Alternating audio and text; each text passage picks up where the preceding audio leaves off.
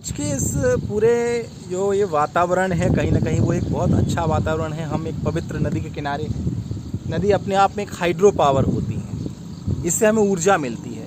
तो कोविड-19 के इस चैलेंजेस में जो वीडियोस मेरे आ रहे थे, उसमें एक बात बहुत लोगों ने पूछी है कि हमें बहुत ज़्यादा ऐसा स्ट्रेस हो रहा है जिसके बहुत कम ऐसे हिडन रीजन्स होते हैं। छोटी छोटी बातों पर हम कहीं ना कहीं मन में चीज़ें आ जाती हैं। तो एक ये मनुष्य का स्वभाव है, लगातार एक साथ रहते रहते बहुत सारी चीज़ें हमारे मन में तो होती हैं। इसलिए आप उसको बहुत सहज तरीके से लीजिए।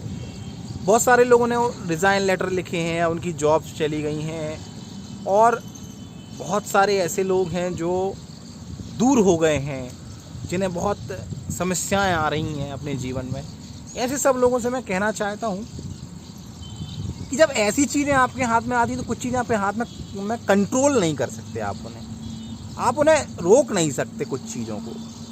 तो कभी कभी ये जो नदी है जो अपने प्रवाह में बह रही है, कभी कभी चीज़ों को अपने प्रवाह में बहने दीजिए। बहुत सारी चीज़ें ऐसी होती हैं जो परिस्थितियाँ जब बिगड़ती हैं तो बहुत ऐसे हिडन सपोर्ट्स हमें मिलते हैं, पर हमें ऐसा कुछ नहीं करना है जिससे चीज़ें और नकारात्मक हों। लाइक किसी का जॉब छूट गया है, या किसी का रिज़ाइन हो गया है, या कुछ ऐसा हो गया है, या वो एकदम घर की तरफ लौटा है, निश्चित रूप से उसका वो रूटीन जो होता है वो प्रभावित होता है। और जब हमारा रूटीन प्रभावित होता है तो हमारे दिमाग में बहुत सारी चीज़ें तो आती हैं। तो मुझे लगता है कि जब ऐसा आपको लगे, आपके साथ ऐसी कोई व्याधि परेशानी हो रही है, तो आप थोड़ा अपने माइंड को चेंज करने के लिए कहीं पर चले जाएं, लोगों से मिलें, बात करें, और थोड़ा स्ट्रेस कम करने के लिए अपने मूड को चेंज करिए। रिश्तेदारों के पास तो अभी जा नहीं सकते भाई, क्योंकि चीज़ें उतनी स्मूथ नहीं हैं। आप घर पर भी हैं तो आप अब नए सिरे से चीज़ों को सोचना चालू करिए। कभी कभी व्यक्ति को आध्यात्मिक इसलिए भी होना चाहिए क्योंकि आध्यात्मिक होने से व्यक्ति अपने मन को शांत करता है। केवल भक्ति नहीं होती अध्यात्म। तो मेरा एक सुझाव है कि जब कभी आपको लगता है तो आप कुछ आध्यात्मिक मेडिटेशन या कुछ ऐसी चीज़ें ज़रूर करिए, वो आपको स्थिर बनाने में मदद करेंगी। स्थिर होना बहुत आवश्यक है जीवन में।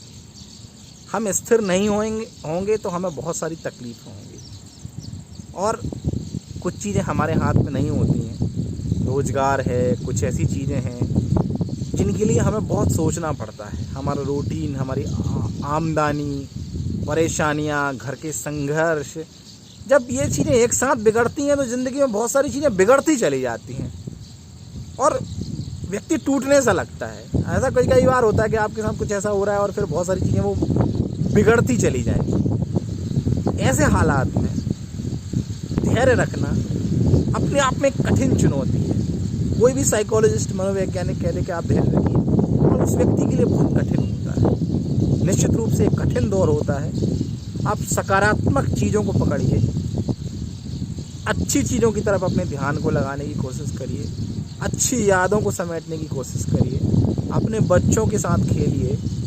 पैसा आना जाना जीवन में लगा रहता है, नौकरी फिर से मिल जाएगी कुछ दिन बाद। पर ये जो कठिन समय है ना, ये मुस्कुरा करके, लोगों से मिल करके, बातें करके, अच्छी चीज़ों के साथ गुजारिए।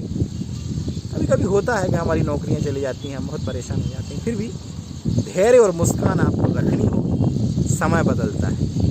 नमस्कार।